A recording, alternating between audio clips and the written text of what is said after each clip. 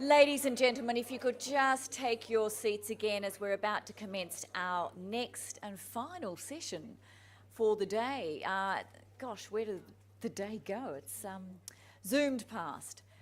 But I think this is a session we've all been very much looking forward to, hearing once again from future leaders, or aspirational future leaders, or future aspirant leaders, however you want to put it.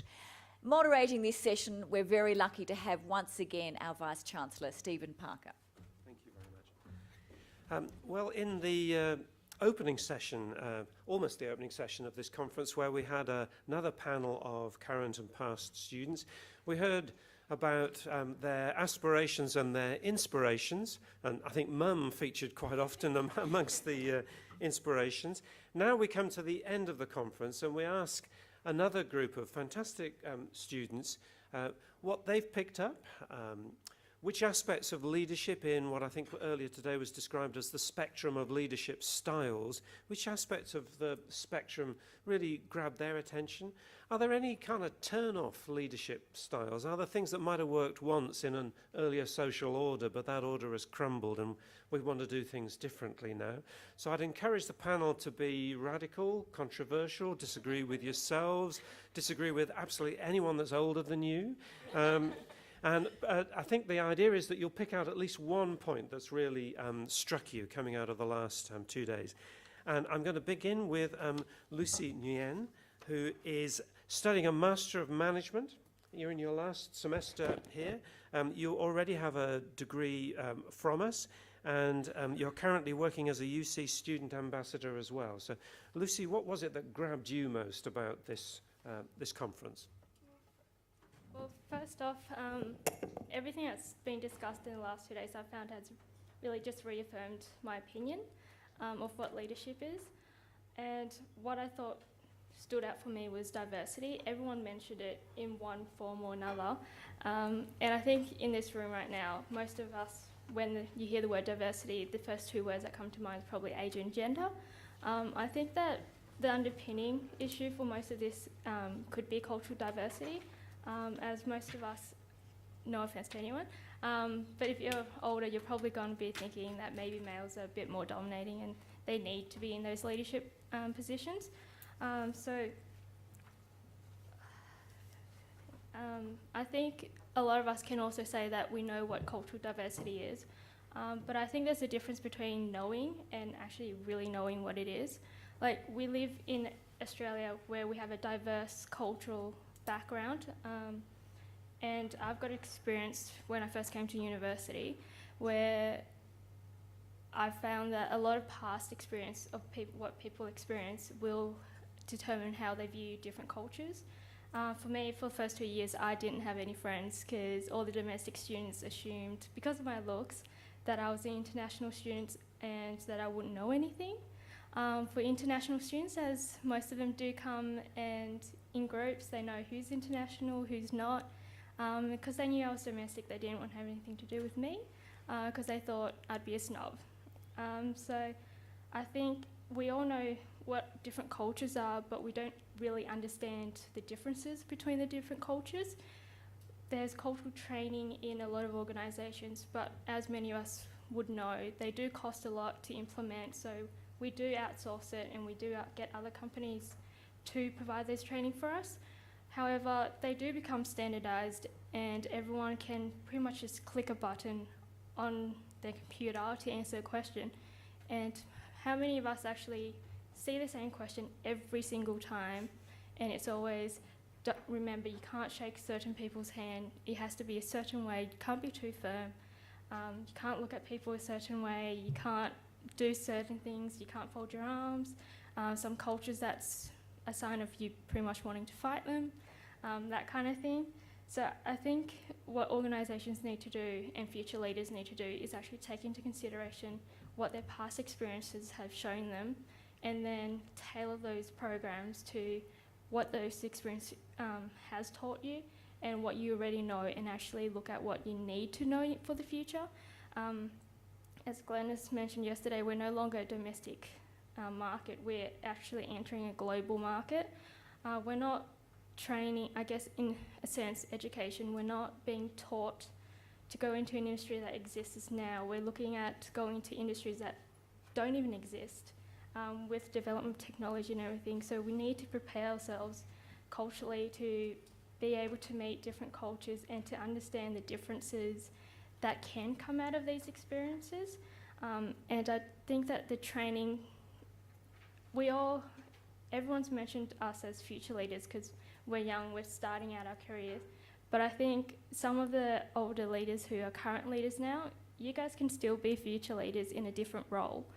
You can bring out new things. So the training doesn't start with future leaders, it starts with the current leaders, because you guys are the ones that are inspiring us to be future leaders, and you're actually the ones who are basically in charge of what we do. You're the ones that are giving us the chances to do everything. So the training actually starts with you and future leaders simultaneously. So yeah. Terrific, great points. Thank you, Lucy. And they build on some of the points about culture and diversity that I think, Rosemary, you made yesterday in the panel. I'll move to the other end of the table now, just to keep everyone guessing as to who's next. So Saskia Rosenblatt is in her final semester at the University of Canberra, studying a combined Bachelor of Laws and Bachelor of Politics and International Relations degree. Saskia, I think you're one of a group that established PIRANAs, the Politics, International Relations and National Security Student Association. And one of the distinctive things about you, I'm told, is that you can be seen driving around Canberra in your iconic purple VW Beetle. Over to you. Yes. I was hoping to this end I'd be at the end, but, throw that one out. Something that I think we've kind of laxed in a little bit over the last 2 days in our conversations, but have been touched on slightly, is this whole idea of collaborative leadership. And in my experiences, and was just talked about them with Piranhas in starting that, despite being the founding president of that, there is no way in the world that would have happened without all the people that were working with me, and I wasn't the only leader as part of that. And I'll embarrass James sitting here next to me. He was there from the beginning and was my vice president for quite some time, and without his support and the support of my committee, you can't get anything done. And collaborative leadership, I think, really is something that we need to talk about as future leaders and kind of have that kind of framework moving forward as future leaders, because you need someone to rein you back in if your idea's a little bit ridiculous. You need someone who'll be frank and fearless with you and tell you when you're making a mistake. You need those people around you, and sometimes those people that are following you, and Mr. Howard talked about the immediately led, the ones that are being led may not quite feel bold enough or comfortable enough to call you out on those things, but those that are leading with you will, because they're part of the decision-making process as well. So I think that's something that, as I said, a few people have touched on slightly about teams and team building, but not necessarily about team leadership as a collective group. And I just kind of wanted to make that point and put it in people's minds to think about. Terrific, thank you. I'll turn next to Baden West. Baden is also studying Bachelor of Politics and International Relations, majoring in National Security, and has a career objective to join a law enforcement agency and use his knowledge and skills to ensure Australia remains a safe place to live in and thrive in. Baden. Thank you, Vice-Chancellor, and thank you, Peter Lay, for the invitation to the Congress. I suppose my insight into national security has been pretty well developed because of UC, and in particular Peter and Anthea.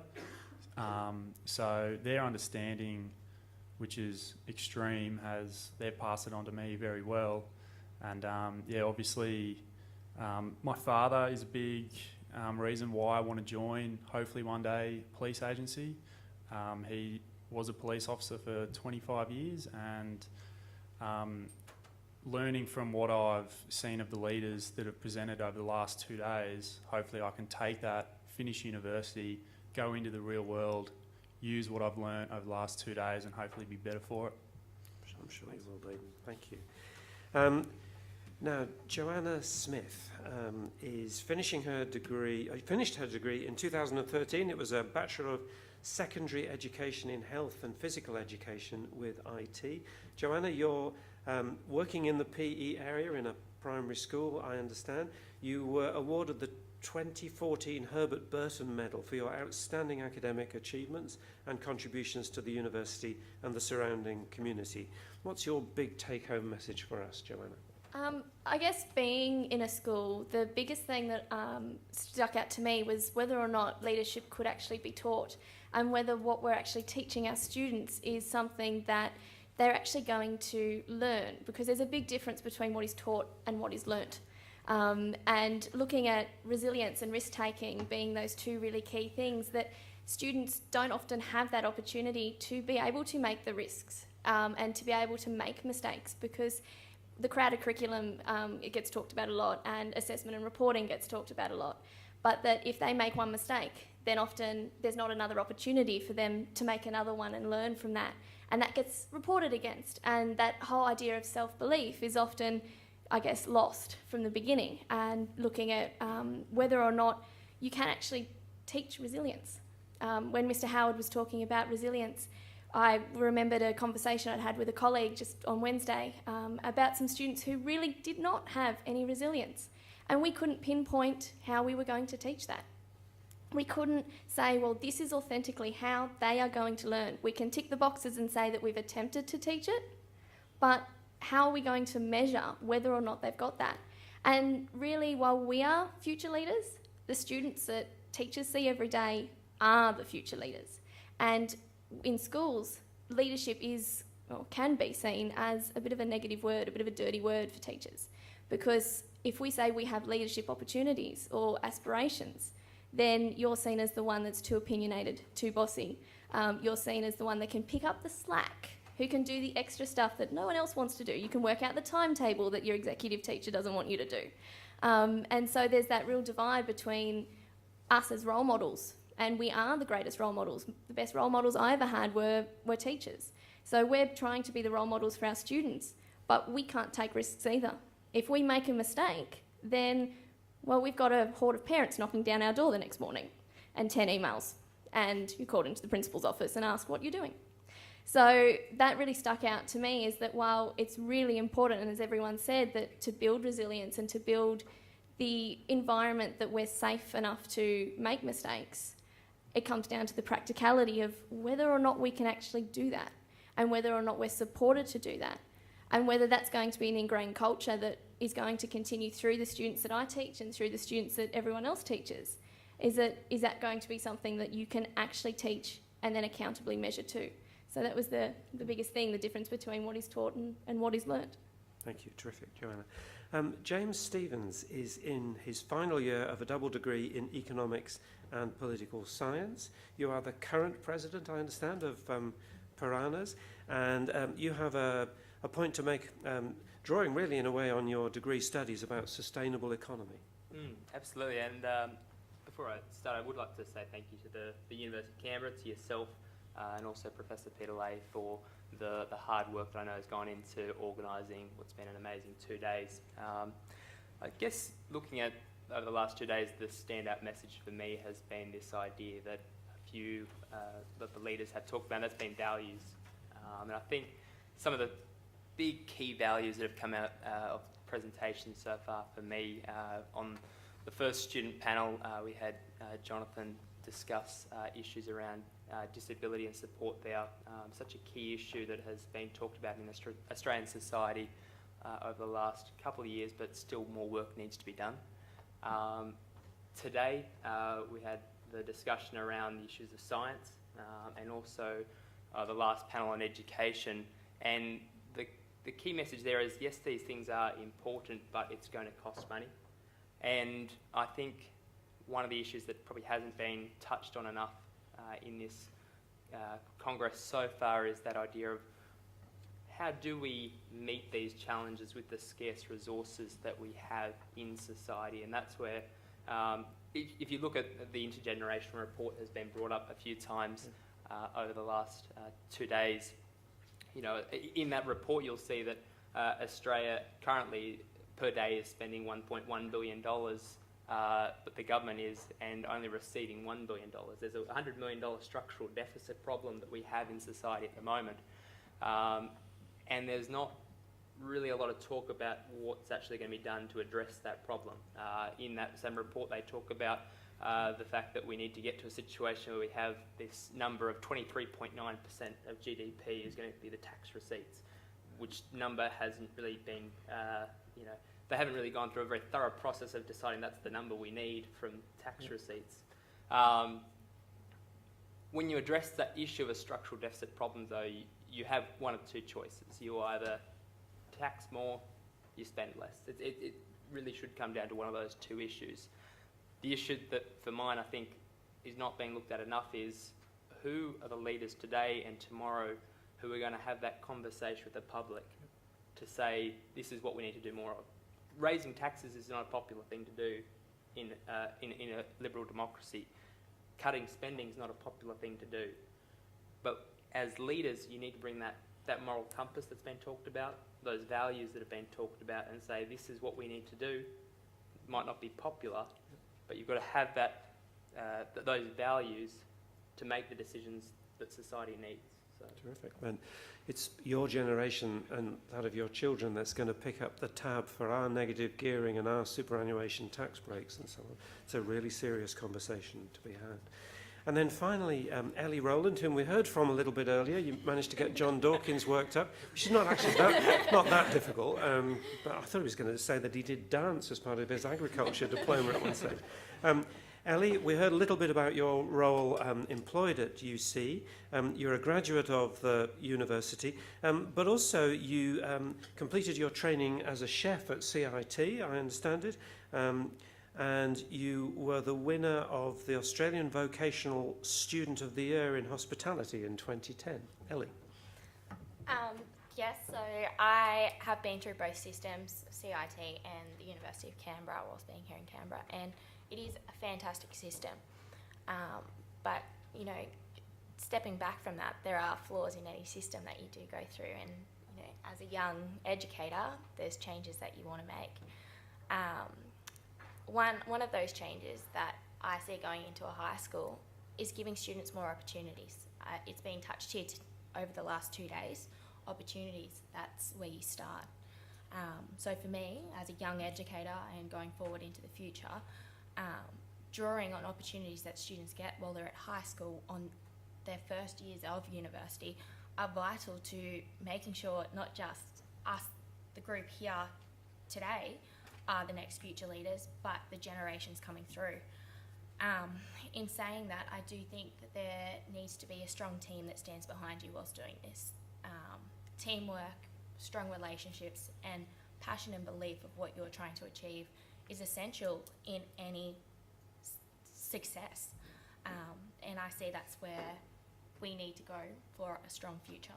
Terrific, thank you. Well, those were the sort of single big points that our panel would like to draw to your attention coming out of the last 2 days of discussion. Shall I now turn to the audience for questions of the panel? Your reactions to it, things that you don't agree with, things that you think are really salient about leadership, perhaps that haven't been picked up yet? Will, I think. Excellent. Thank you very much. And actually, I wanted to, if I may, go to your point, James. I think you're absolutely right that we do have to deal with scarce resources. And there is a bit of a binary choice between, taxing more or cutting spending. There is. But there's also a lot more complexity in it. So, for instance, if we're in the private sector with scarce resources, we'd also think about how can we invest to improve growth, which then also changes the structure between taxing and cutting spending. So what between that then, how do you see us making decisions on the basis of scarce resources, but also taking into account all the different options and complexities of it, rather than just creating those kind of binaries? Yep. Look, thank you for your question. And maybe I did oversimplify the issue a little bit. I guess when we look at these sort of challenges, though, in how you deal with scarce resources, I know the common phrase from government is to look at the 3 Ps of productivity, participation and population. And I think that is certainly a way that looking at trying to grow your economy. And I know that probably ties in nicely with what we talked about today in terms of issues of science and education. you look at hear the words that Brian Schmidt was talking about earlier, to say that your investments in science will have returns. It just takes some leadership to put the funds into that. But in terms of the question of how do we, take a more nuanced approach to addressing the structural problems, one, that's where the values come into it. But also, I think we need to look at that issue of productivity, because that's where you raise your living standards in an economy. It's in that raising living standards, that's where it becomes more complex in terms of equity issues, equality, that were discussed by Professor Tom Calmer as well. But yeah, looking at those issues of productivity is probably goes more directly to your point, I hope. Would anyone else on the panel like to pick up a response to that? Well said. I think you fielded it really well. Thank you. More questions? Yes, please. Yeah. Renee. Oh, right. That way. Yes, please. And then it's Renee, isn't it? Please. Good afternoon. Dennis Tan from the Royal Australian Air Force. Lucy, I'm sorry to pick on you, but I will anyway. You made a comment and perhaps I misunderstood it, but you said something along the lines of no offence intended, but the older men in the room might think that leadership was the domain of men and not women. And at the risk of being the guy dancing next to the shirtless dancer here, I need to assure you that as an older man, I know we look the same age, but I'm older than you. I absolutely disagree with you. That is not my view, and I know this is not very scientific, but I don't know any men who are my contemporaries who feel that way. I am someone who doesn't really talk about a feminist agenda, if you like, but about having the best person in the job. I just want to have the very best people go into leadership positions. So I just wanted to provide you that reassurance of probably someone who's in about a middle management stage, and I agree, I am a future leader too. But I don't feel that way, and I don't know if there's certainly any men in this room that feel that way. So I wanted to provide you that reassurance, and I'd like to hear your response to that as well. Thanks. I guess I said that because based on the research I've done, currently I'm looking at cultural diversity as a part of a research project as well. I'm basing it on past perceptions of different views that people have had in the past, and I guess I'm drawing on from my own cultural background as well. My parents are both Vietnamese and they are refugees from Vietnam. So our dad has taken us back to Vietnam to visit and to learn about our culture. And even now, some of our relatives that have come over here, they still hold that perception that women are not better off than men. So I guess I'm trying to find out the root of the cause of the cultural differences. Like, most of us can talk about how we know that there are differences in our religion, why people might think different ways based on our different experiences, but at the same time, I don't think we all know enough about the different cultures to make that assumption. And with the standardised processes of cultural management training that are currently available, I don't think that's going to help us deal with this issue. That answers it. Can I turn it back on you? If roughly 50% of the population are women, and year after year more than 50% of university graduates are women, and yet women are in a minority of leadership positions, why is that if it's not men blocking it?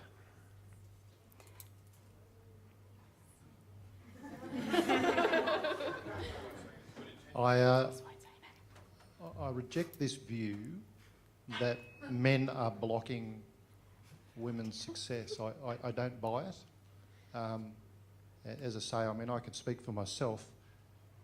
There is nothing that I am doing, there's nothing that is inherent in my system that is closing doors. I think there was another comment made yesterday by the student panel, and it was relating to quotas of quotas versus targets, and I tend to think a quota is a bad thing because it perhaps says we've failed, and so we just need to enforce a quota. We have aspirational targets in the Defence Force, and I'm proud of what we're trying to seek there. And I guess I'd really just say, because there was a comment made yesterday, it was something along the lines of nothing else has worked, let's go for a quota. And I don't agree with that. I think that I'm a pilot in the Air Force. 25 years ago, we had no female pilots. Now, without having an accurate stat, it's in the order of 100. And that's fantastic progress. Sure, we don't have a female Chief of Air Force yet, but I think that's inevitable because it's the best person for the job at the end of the day. Okay, thanks. So yeah, I've gone on too long, but you ripped off a scab, I guess. And I know I'm keeping Renee waiting, but can I ask Saskia also to respond to this? I think it's a crucial issue. I just wanted to kind of make a brief, I suppose, reality comment on that. It may not be individual males in the room who might not think that females aren't getting leadership opportunities. But when I was in Year 10 and deciding on the subjects I would do in Year 11 and 12, I wanted to study law, and I was told by my careers advisor, my year advisor, my vice principal and my principal that I was a female and that I shouldn't study law. And legal studies didn't have enough numbers to actually run at my high school. I grew up in a very rural area. So I asked my parents whether I would be able to do it by distance education, and they approached the school about that, and this same idea of you're a female, you shouldn't study law was said. And that infuriated my parents, infuriated me, and I did go on to do it via distance ed, and I worked very hard at doing it, and have gone on to university to study law, and I'm talking about something that was only 10 years ago. This is still a current issue today, and I think if we stop having the conversations, we'll slip into not having progression, and I'm not ignoring the fact that things are getting better, and that we are seeing more women in leadership roles, and we are seeing opportunities, and they are all positive things, but we need to keep the conversation going so that we keep seeing improvements. Thank you. Renee. Renee Kidson. One of the things that has struck me from the workshop is there appear to be two types of leadership. One is the sort of grassroots, bottom-up leadership, which is advocacy, and we can see examples of that in community, the guy with the shirt ripped off, and informal leadership. Now, the other type of leadership is more structural leadership, an institutional role within an organisation. And what has struck me from the workshop is that we seem to excel at generating leadership diversity with the grassroots, bottom-up type of leadership, but there is such a big gap when we look at the institutional leadership roles that are decidedly less diverse. And that's kind of important because it tends to be those roles that are making the key decisions and that control the budget in a lot of instances. So my question for the panel is John Dawkins' words that we need a burst of diversity. What do you guys think that we can do to speed up increased diversity in those institutional leadership roles? Who would like to have a go? Joanna? Thanks, guys. I think it's a really tough question because it depends on the institution. And there are some institutions that are doing a fabulous job at speeding that up. But then there are other institutions that, as we know and as we've all discussed, are not doing such a fabulous job. I think being able to show people other opportunities and to let people be able to make those mistakes and to change that culture to be able to be accepting of other opportunities. We talked a lot about secondments to other departments and that kind of instead of getting rid of the silos and having that side-on entry into other opportunities and then being able to come back. I think that's a really important way of encouraging that diversity so that people aren't pigeonholed into the one area per se, and being able to be open to those opportunities and particularly with Lucy talking about the cultural diversity, having people be able to experience authentic experiences and not just sitting at a computer and reading something. I'm going to add to that. It also comes down to the hierarchy of the job that you're in. So a lot of systems are the top-down leadership, and that can essentially change to separating, you know, office blocks that your manager is separate in a separate office compared to all the workers. It could be changed by the layout of that office. It can be changed by the whole system in a general, that you are all equal and work as a team together every day, instead of I'm at the top and you're at the bottom. And here's my door and I'm going to shut it. Yeah. So that could be the way of the future. So. Any other reactions? Yeah, I just a quick add in there as well. Just to pick up on again Dr. Kalman's point today, he talked about the importance of leaders finding a mentor as well, and I think that's critical in this issue of if we're going to increase diversity. I think, and this is where, you know, representing the University of Canberra here, one of the great work that the University of Canberra does is has a strong program of academic staff who are prepared to take the time to mentor their students. And that's the work that I think the leaders of today, the academics, can be doing to prepare the leaders of tomorrow and affect that change that you're talking about. Terrific. I can make Of a course. comment. I think it also depends on past experience. I know I'm going on about that, but at university, I know especially at UC, where all students are encouraged to do extracurricular activities, so join a club society or do a work integrated learning program. I think why a lot of people are coming out and having that more grassroots up kind of leadership approach is because they're taking that chance and going that extra mile. Whereas also, I think it also ties into motivation, because like was mentioned before, a lot of our degrees are very specific now, and a lot of students, when they first come in, because as you know, about I talk to students, and most of them are like, I know I want to do, for example, accounting, and it's like, are you sure you want to do accounting, or is this just something someone's told you should do? A lot of them will go, well, everyone says accounting's the best thing to do, and I know with the accounting degree, it's very specific to accounting only. All units are to do with accounting. So for a student who's not motivated and only in there to do that set of studies or skills or units, when they come out, I think that's where they'd fit into more of the top-down position, because their knowledge skill is based in that one set of area, whereas someone who's maybe coming in from a commerce degree with a major in accounting, they've got the generic foundational units of like marketing, management, human resource, organisational behaviour, all of that. They've got more of a broader range of different skills to actually draw from. So I think that's where the difference between how leaderships are made are coming from as well. Thank you, terrific. There's a light directly in my eyes, but I think it's over here. Thanks, Stephen. James Collett from the Department of Infrastructure and Regional Development. I think one of the emerging themes over the last sort of day and a bit is that removing the impediments for people to fulfil their potential is really important for all of us in terms of human and social capital to sort of develop people as leaders.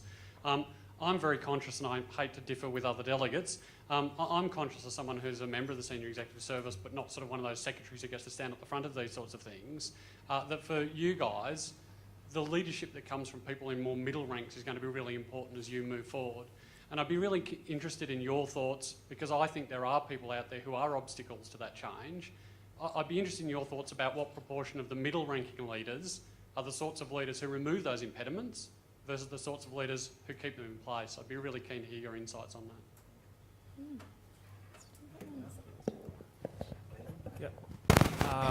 Thank you for the question. I think without working in a sort of specific middle level hierarchical company, it's hard to sort of comment, but I think you've just got to look to the top, in my opinion.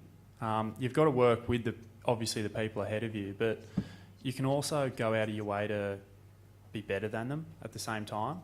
And I think without just kicking them aside and not listening to them, which won't help anybody, you can actually go out of your way to do better.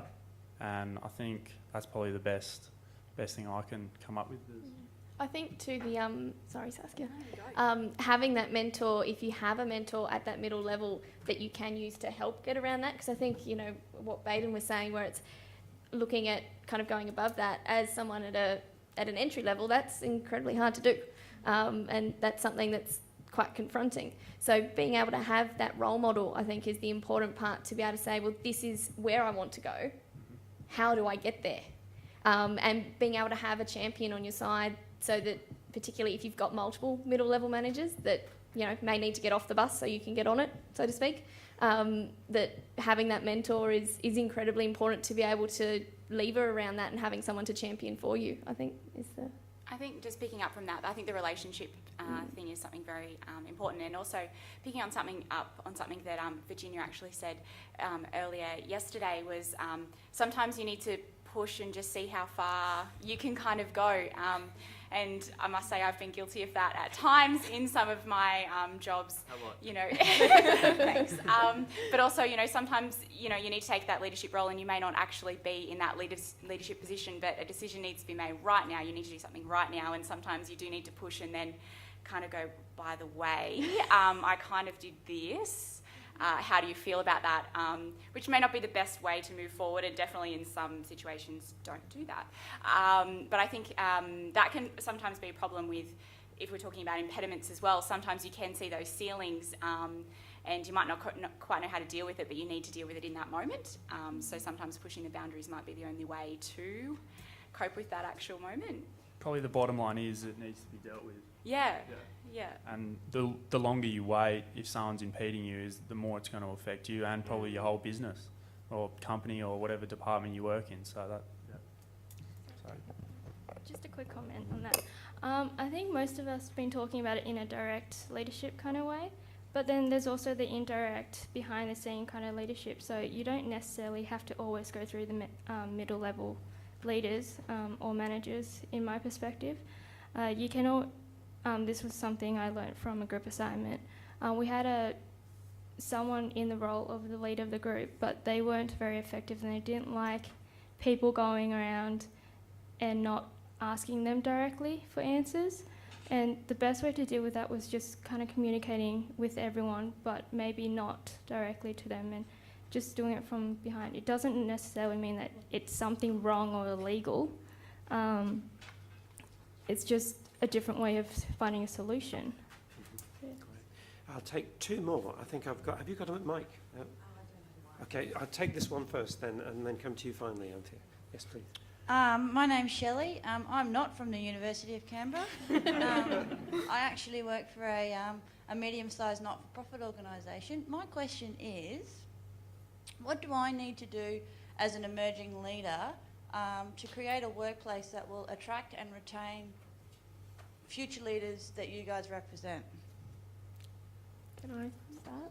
Yeah, go for it. I think honesty and trustworthiness is probably the biggest thing, and having that culture that is supportive of that. I know personally, coming from the school that I'm at, while it's an absolutely wonderful school, there are people within leadership within this particular environment that often go against their word, and you go and believe one thing, and then it turns out that you're in strife because you took that word. And so being able to have a culture or a workplace environment where it's very transparent, I think, is the biggest, I guess, benefit for us future leaders, to be able to come into somewhere where we feel supported, because we know exactly what you believe in, and as Mr. Howard was saying, knowing where you're coming from and knowing your vision and knowing what you stand for, so that we can make sure that we align with that. And if not, we can either look at how we need to change, if we need to change, or whether we do go and look, I guess, elsewhere and make the best fit for us, so we can make the most benefit for you. Yeah. Yeah, and if I could just add to that point, Shelley, to go towards your question, I think one of the topics that came up today, more so than yesterday, was this idea of creating an atmosphere in the workplace. And I think if you want to attract those future leaders, then creating that atmosphere, going to the point of a consistency, but also just an enthusiasm, and I hate to keep banging on about it, but having those values that those leaders can relate to, I think is absolutely critical if you want to attract those leaders into your organisation. I do have one other thing to add to that. It's the relationship as well. So as young leaders, we get to make our mistakes, and for our boss to stand beside us, regardless of how big or small a mistake, and acknowledge that we've done it and help us to move forward from that will be a vital part for our success in the future. And I think that's something for any employer, that is to take anyone on. Something I just want to add from a very practical side of that is a really flexible work-life balance and working arrangement. So I'm in the public service, and I have people in my section start anywhere between 8 o'clock in the morning and 10:30 in the morning because of school pickup, drop-off, part-time working arrangements, and then the same at the end of the day, people who work from home, people who work part days. And I think moving forward, and especially trying to hold on to people who are quite early in their degrees, in their leadership roles and working into different industries, people will look around for what environment fits their life. Can they have a family? Can they have, their extracurricular activities? Can they be part of a local players group and perform on a Friday night or something? I think that's a very practical way of maybe holding on to people as well. Terrific, thank you. Final question, Anthea. Hi guys, thanks so much. It's been really interesting hearing what you've been talking about, and you guys are definitely coming across as very strong young leaders.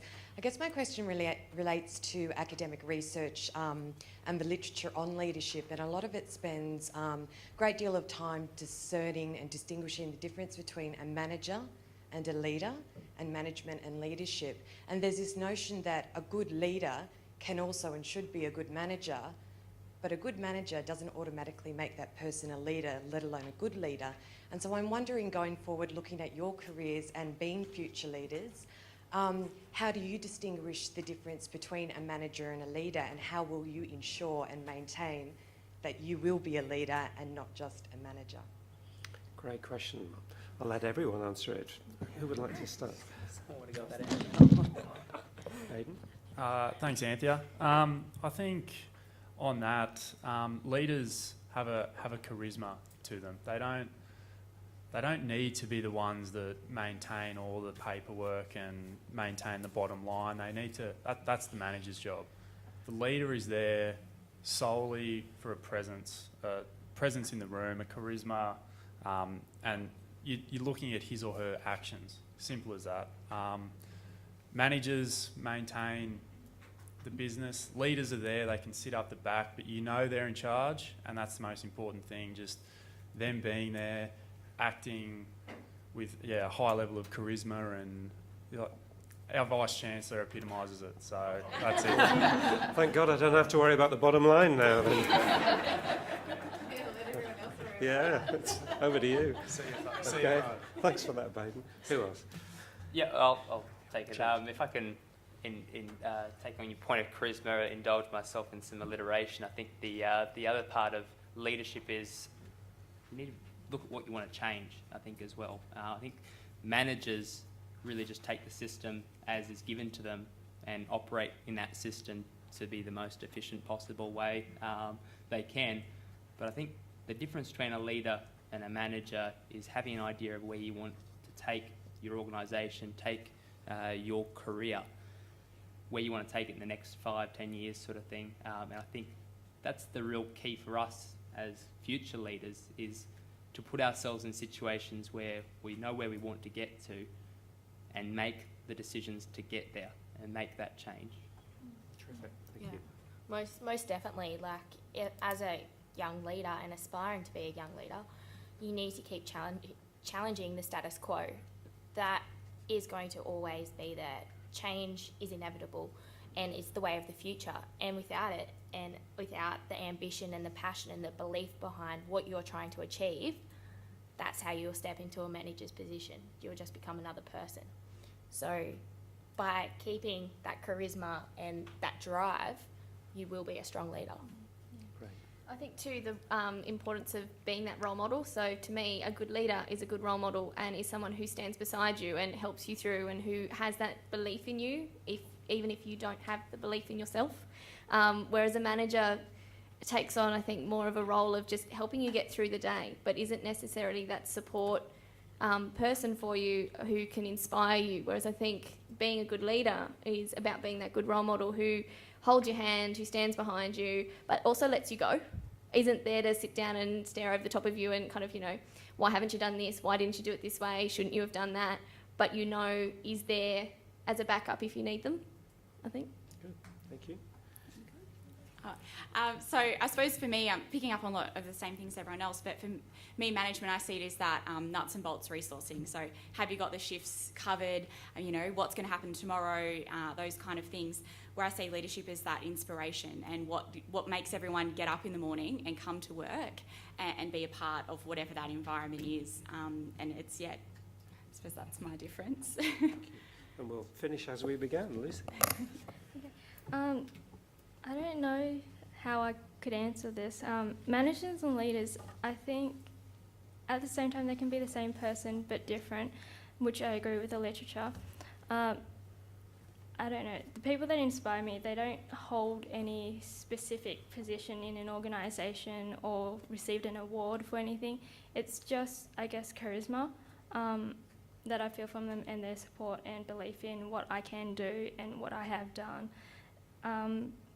In regards to how I would maintain leadership, I don't think that's a question that can be answered. What makes you a leader would depend on the situation that you're faced with at the current time. So basically where you are, who you are at the time.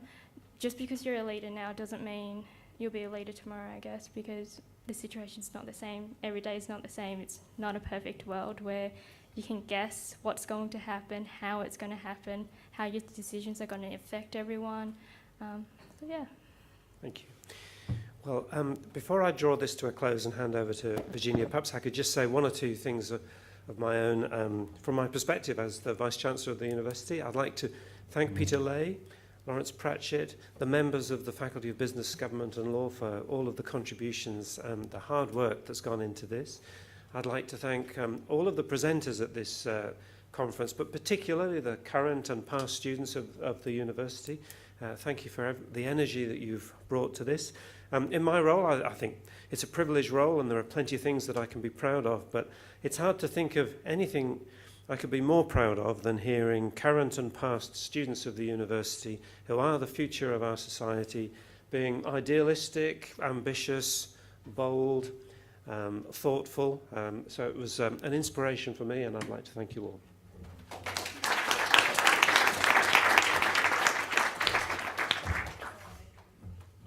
Thank you, Vice-Chancellor.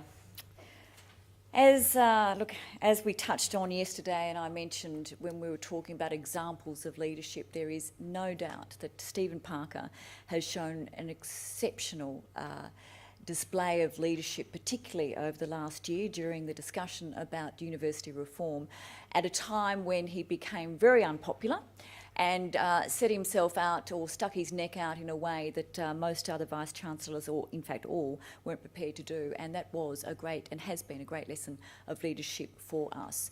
And your university is very grateful to you for that.